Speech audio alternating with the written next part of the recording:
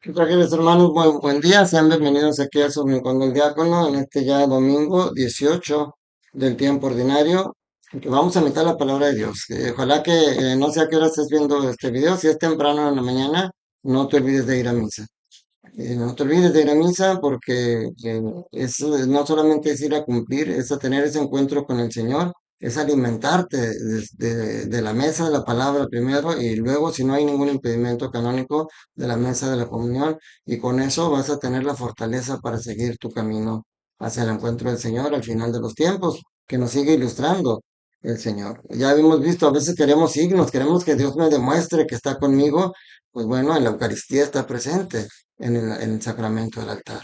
Pero mira, cómo desde la primera lectura podemos entender por qué es tan difícil para nosotros seguir a Jesús y cómo nos atoramos mucho en el mundo. La primera lectura es del libro del Éxodo, capítulo 16, versículos del 2 al 4 y del 12 al 15. Y lo primero a reflexionar es eso, el pecado es atractivo. El pecado tiene sus cosas buenas, entre comillas, por eso es difícil dejarlo. Hoy en la primera lectura el tema es el alimento. Cuando nosotros empezamos a tener las dificultades, las pruebas, es cuando empezamos a patinar. Y es como la persona, el que es alcohólico, cuando deja de tomar, viene el síndrome de abstinencia, y las ganas y el deseo de regresar. Y es lo que nos presenta aquí el inicio de esta lectura. Dice, el pueblo de Israel va empieza su caminar por el desierto y dice, ojalá hubiéramos muerto a manos del Señor en Egipto, cuando nos sentábamos junto a las ollas de carne y comíamos pan hasta saciarnos. Ustedes nos han traído a este desierto para matar de hambre a toda esta multitud. Se les olvida que eran esclavos, que los maltrataban. Ah, pero tenían comida y para ellos eso es mejor. Ahora están empezando a tener problemas y dificultades y dicen, preferimos estar. Y sí, pues mira, en el pecado original, el pecado de la manzana, el fruto era atractivo para Adán y Eva, y aparte traía promesas que el diablo les decía que van a ser como dioses. Entonces el pecado siempre es atractivo y no es fácil dejarlo. Pero Dios siempre responde. Aquí la gente empezó a reclamarle a Moisés y a través de Moisés le estaban reclamando a Dios. Y Dios le dice a Moisés, voy a hacer que llueva pan del cielo. O sea, Dios responde dándole comida para el día y comida para la tarde. En la mañana van a tener pan del cielo y en la tarde van a tener carne a través de las codornices. Entonces, la gente empieza, pero una parte importante que tenemos que meditar con esto y que la verdad yo no lo había meditado hasta que lo vi ahorita en la actualidad litúrgica. Dios se vale de lo ordinario para hacer milagros, porque dice aquí en la actualidad litúrgica que los codornices realmente eran animales que ya existían y son animales del desierto.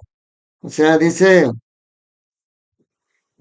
los codornices son aves migratorias que surcan el desierto en sus viajes anuales. O sea, entonces, ¿cuál es el milagro? Si ya en el desierto estaban las codornices, ¿de dónde viene el milagro?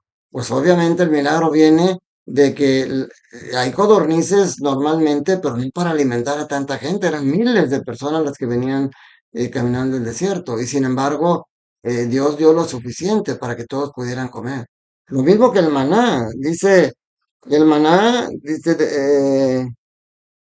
dice, la presencia de los codornices debe entenderse como milagrosa en el sentido de que su carne alimentó a todo el pueblo.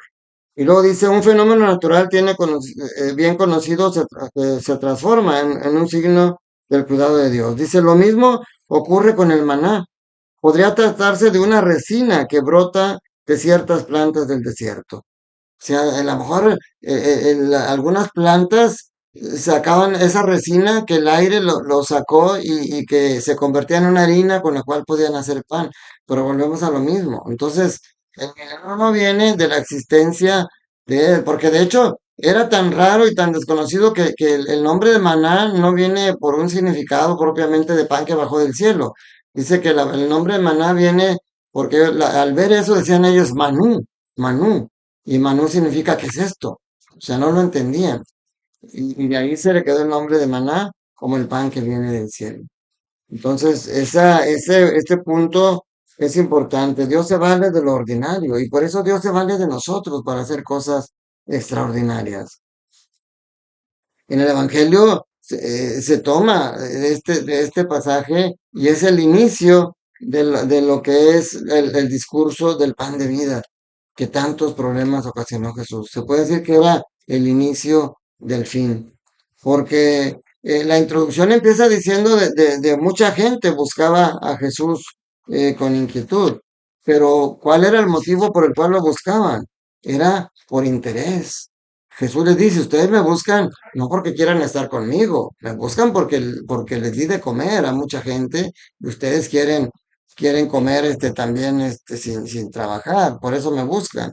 Pero Jesús aprovecha porque dice aquí la actualidad liturgia, la preocupación por esta vida nos impide ocuparnos por la otra vida que es la eterna. Y entonces por eso Jesús aprovecha y les dice, no busquen el pan de esta vida, que ese se acaba, busquen el pan que no se acaba, el alimento que viene del cielo. Dice, no trabajen por este alimento que se acaba, sino por el alimento que dura para la vida eterna. Y esa es la que se les dará al Hijo del Hombre. Dice, porque a el Padre Dios, lo ha marcado con su sello. Pero entonces le preguntan qué obras vas a hacer. Porque le dicen, Moisés nos dio el maná, alimentó a los padres con el maná. Ese es el signo de que Dios estaba con él. ¿Y tus obras? ¿Cómo los vas a demostrar tú? Le dicen a Jesús.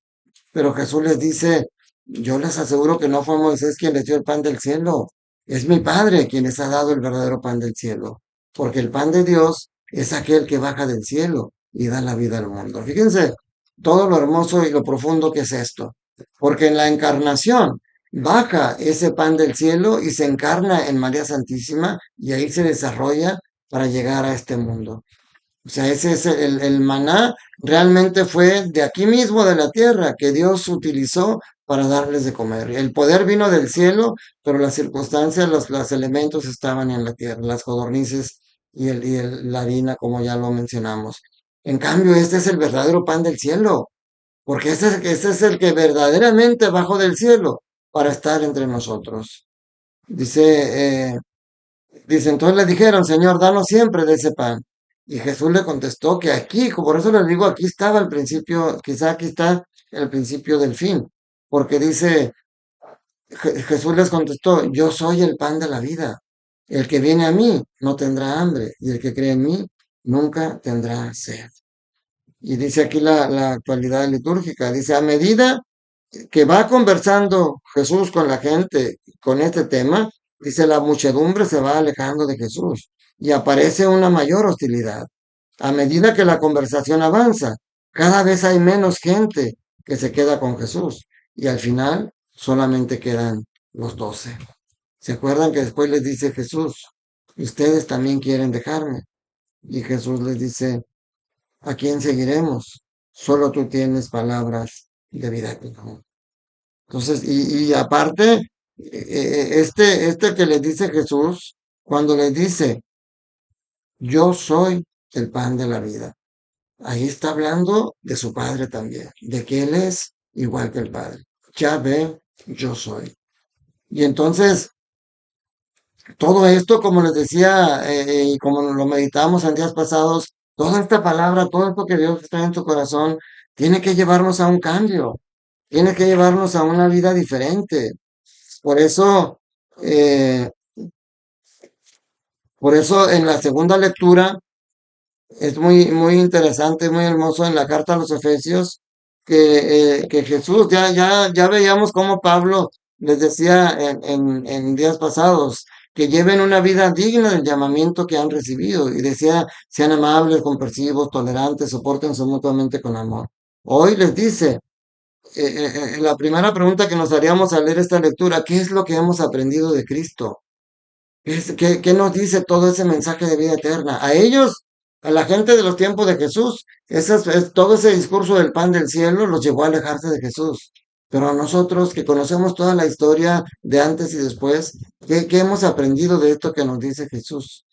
Dice, y lo que hemos aprendido, primero nos dice, lo que nos dice Pablo dice, Les declaro que no deben ustedes de vivir como los paganos, que proceden conforme a lo vano de los criterios. O sea, y luego dice, esto no es lo que han aprendido de Cristo. Entonces, ¿qué hemos aprendido? ¿Qué enseñanza ha tenido Jesús en nuestra vida? ¿Ha sido el impacto? Dice, han oído hablar de él y en él han sido adoctrinados conforme a la verdad. Y luego dice, él les ha enseñado a abandonar su antiguo modo de vivir, ese viejo yo corrompido por el deseo de placer. ¿Qué nos ha enseñado Jesús? Nos ha enseñado cuál es el verdadero camino del cielo. Por eso cuando le dicen a Jesús, la gente te sigue buscando, después de los milagros que hacía, Jesús dice, vamos a otros lugares a llevar el Evangelio, porque para eso hemos venido. O sea, Jesús vino a enseñarnos la verdadera esencia que nos va a permitir cambiar, que nos va a permitir ser diferentes. Dice, nos ha venido a enseñar que podemos dejar atrás todo lo viejo y ser ese hombre nuevo, ese hombre diferente. Dice, ¿y cómo lo podemos hacer? Bueno, yo siempre, y lo recalco ahora mucho en los bautizos, el bautizo no solamente nos borra el pecado original, el bautizo nos da esta herramienta que dice aquí San Pablo. Dejen que el Espíritu renueve su mente y revístanse del nuevo yo, creado a imagen de Dios en la justicia, en la santidad y en la verdad. Por eso en otro pasaje, en otra carta dice Pablo, los que han sido bautizados se han revestido de Cristo. Y en Romanos 5:5 dice, el amor de Dios ha sido derramado en nuestros corazones con el Espíritu Santo que se nos ha dado. Entonces, mis hermanos, estamos llamados a la conversión. Estamos llamados sí, el pecado nos hace que volvamos a veces, digo, somos de costumbres y se nos dificulta dejar atrás el pasado y vivimos atorados en él, pero tenemos que ser dóciles al Señor, tenemos que dejarlo transformar con su palabra, tenemos que ser, la palabra siempre nos busca esa metanoia que decíamos, esa conversión desde dentro, no solamente en acciones y en comportamientos, porque si no solamente sería como hemos meditado un culto, un rito el que venimos a cumplir en el templo. Y no, en el templo venimos a llenarnos de la palabra de Dios. Y hoy el Señor les dice, no busquen, no se dejen confundir con lo que el mundo los da. Busquen mejor lo que los lleve a la vida eterna, porque a eso estamos llamados. Nosotros fuimos creados para vivir en la eternidad con Dios. Nada más que hay una escala aquí en la tierra. Y aquí es donde se va a forjar el destino final, si vamos a llegar a estar con Él en el reino de los cielos o si vamos a ir. Es importante hoy que empieza este discurso del pan de vida y que empieza lo escabroso donde la gente se empieza a confundir, ¿cómo vamos a comernos a este hombre? Todo eso que es confuso para la gente que no tiene fe, tenemos que recordar la parábola del trigo y la cizaña y tenemos que recordar la parábola de la red en la que se juntan peces buenos y malos. El destino final no depende si estamos reunidos con peces buenos y malos, no depende si estamos reunidos entre la cizaña, depende en qué queremos convertirnos nosotros, en peces buenos, en trigo o en peces malos o en cizaña. Depende de ti. Los elementos los tienes a tu mano. El amor de Dios no te abandona. El Espíritu Santo está siempre contigo. Que la bendición de Dios Todopoderoso, Padre, Hijo y Espíritu Santo, descienda sobre ustedes, sus familias, trabajos, escuelas y permanezca para siempre. Ánimo, cuerda, Dios te ama. Dios quiere que seas feliz. Te mando un fuerte abrazo. Cuídate mucho.